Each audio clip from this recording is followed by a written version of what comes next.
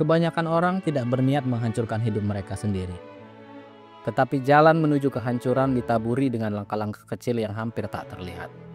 Ada kebenaran brutal dan tak terucapkan tentang wanita yang sudah menikah, yang kebanyakan pria tidak melihatnya.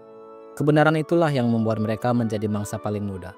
Bukan karena lemah atau kurang moral, tetapi karena sifat manusia terhubung dengan godaan. Tidak seorang pun bangun suatu hari dan berkata, "Kami pikir kami akan mengkhianati semua yang telah kami bangun." Itu terjadi pada saat-saat terkecil. Percakapan tidak bersalah, tatapan berlama-lama, detak jantung yang lebih cepat saat menerima pesan dari yang bukan suaminya. Psikolog menyebutnya erosi batas yang lambat. Satu langkah demi langkah, satu pikiran demi pikiran. Sampai suatu hari dia tak lagi mengenali diri di cermin. Mengapa beberapa wanita menikah begitu mudah dibujuk, dan bagaimana mereka membenarkannya pada diri sendiri? Itulah yang akan kita ungkap.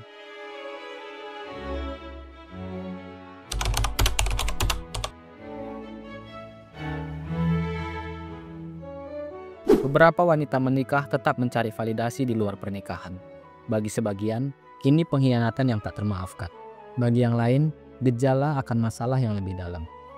Marcus Aurelius mengingatkan, carilah sumber kebahagiaan dalam diri, bukan dari luar.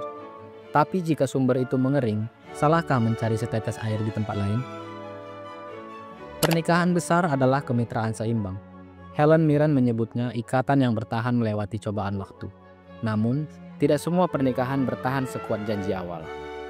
Beberapa wanita, meski berjanji setia, tertarik pada perhatian eksternal. Bukan sekedar fisik, tapi psikologis. Mereka tak mencari pelarian, tapi sesuatu yang hilang dalam perjalanan. Seneca berkata, kebahagiaan sejati berasal dari rasa cukup pada diri. Tapi bagaimana jika cukup itu hilang? Wanita butuh keintiman emosional, bukan sekedar kehadiran fisik. Awal pernikahan dipenuhi percakapan larut malam, tatapan penuh arti, dan perasaan dihargai. Lama-kelamaan, rutinitas menggerusnya. Percakapan mendalam berubah jadi diskusi belanja. Gairah digantikan tugas. Di titik ini, dia merasa tak terlihat. Seorang psikolog hubungan bernama Dr. John Gottman menegaskan, pembunuh terbesar hubungan adalah ketidakpedulian. Saat wanita tak lagi merasa diperhatikan, alam bawah sadarnya mencari validasi di luar. Seringnya tanpa disadari. Epictetus memperingatkan, hanya orang bodoh yang mencari validasi dari luar. Tapi bagaimana jika lingkungan terdekat justru membuatnya tak diinginkan? Manusia akan lakukan apapun untuk hindari kesepian, bahkan kehilangan diri sendiri. Mitch Albom menyadarkan kita, satu pujian tulus dari orang asing, satu percakapan dengan pendengar sejati, atau satu momen merasa menarik lagi, bisa seperti oksigen setelah bertahun-tahun tercekik. Stabilitas pernikahan sering membunuh gairah. Hal baru memicu hasrat. Jika hari-hari terasa monoton, secercah kebaruan terasa menggetarkan. Bukan karena tak cinta suami, tapi karena merindukan sensasi diinginkan. Scott Fitzgerald menulis, wanita merasa paling berkuasa saat dikejar. Itu mengingatkannya pada diri yang muda, percaya diri, dan menarik tanpa usaha. Bahkan tanpa niat melanggar batas, dia mungkin mendekat hanya untuk merasa hidup kembali.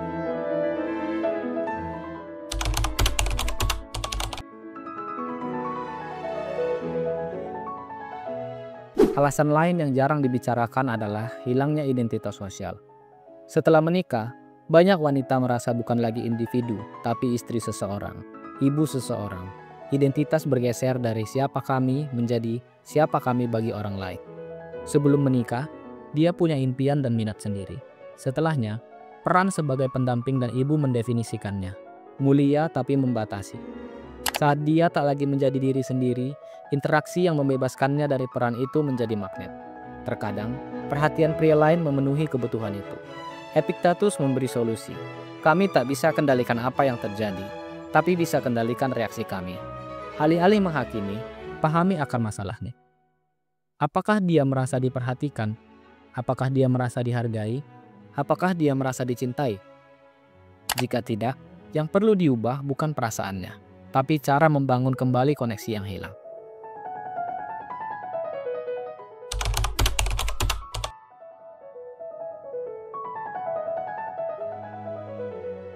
Pikiran selalu temukan cara membenarkan keputusan hati.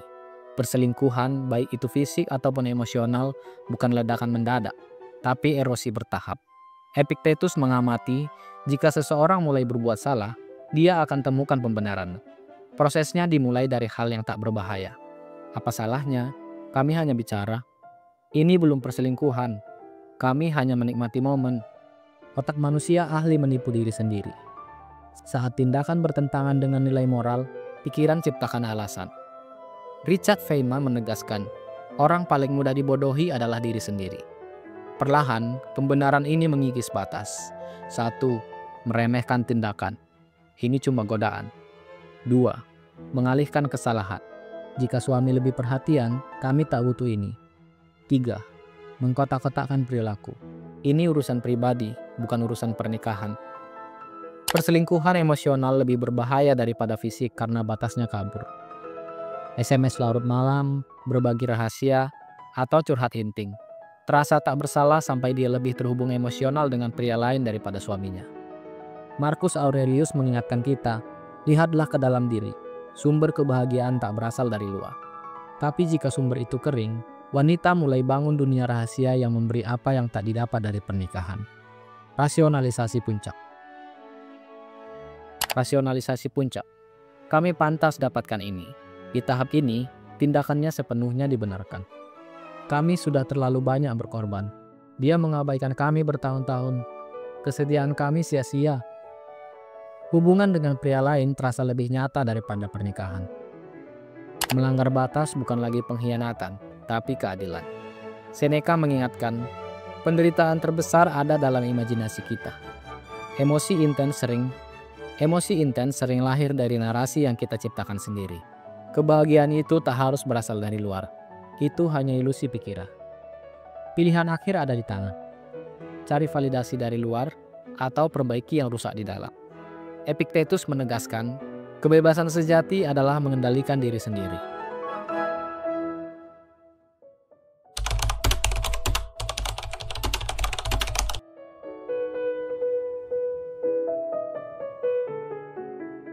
Apakah wanita berselingkuh itu korban atau dalang?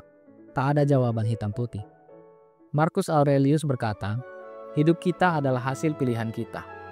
Perselingkuhan tak terjadi karena rendahnya moral, tapi karena otak manusia merasionalisasi apa yang terasa baik. Dimulai dari langkah kecil, percakapan biasa, pujian tak berdosa, hingga rasa nyaman yang tak disadari. Psikologi menyebutnya teori ambang batas. Batas moral bergeser perlahan hingga yang dulu tak mungkin jadi biasa. Aristoteles memperingatkan kita, apa yang kita lakukan berulang, itulah yang akan menjadi diri kita. Bahaya terbesar adalah normalisasi kesalahan. Awalnya, bohong bikin deg-degan dan bersalah. Lama-kelamaan, kebohongan jadi strategi rutin. Kita bisa berhenti kapan saja, tapi bisakah? Penelitian membuktikan, ketertarikan emosional atau seksual mengaktifkan jalur kecanduan di otak seperti narkoba. Dopamin dari hubungan baru menciptakan euforia. Kecanduan ini bukan pada orangnya, tapi pada perasaan yang didapat. Seneca mengamati, keinginan tak terkendali hanya akan haus lebih banyak. Di titik ini, titik tanpa jalan pulang tercapai. Pernikahan bukan lagi hubungan utama. Suami hanya pria lain di rumah. Keintiman sejati terjadi di luar. Akhir cerita hanya 2. 1. Ketahuan dan segalanya hancur. 2. Meninggalkan pernikahan, meyakinkan diri, saya tak bisa jalani hidup ganda. Tapi apakah dia benar-benar pergi karena cinta mati? Atau karena pikirannya tertipu ilusi? Marcus Aurelius memberi kunci. Kita punya kuasa atas pikiran kita, bukan atas peristiwa luar. Sadari ini, dan kamu akan temukan kekuatan. Wanita berselingkuh bukan korban atau iblis. Mereka manusia yang terjebak labirin emosi yang mereka ciptakan sendiri. Kesimpulan, dengan memahami ini, kamu memiliki kekuatan untuk 1. Mengenali tanda-tanda sebelum terlambat. 2. Membaca di balik kata-kata. 3. Melihat permainan tak kasat mata. Dan dengan pengetahuan itu, kalian tak akan buta terhadap permainan ini lagi. Terima kasih sudah menonton sampai habis. Jangan lupa klik like, share, dan subscribe biar kamu gak ketinggalan video berikutnya. Sampai jumpa lagi di nasihat praktis berikutnya.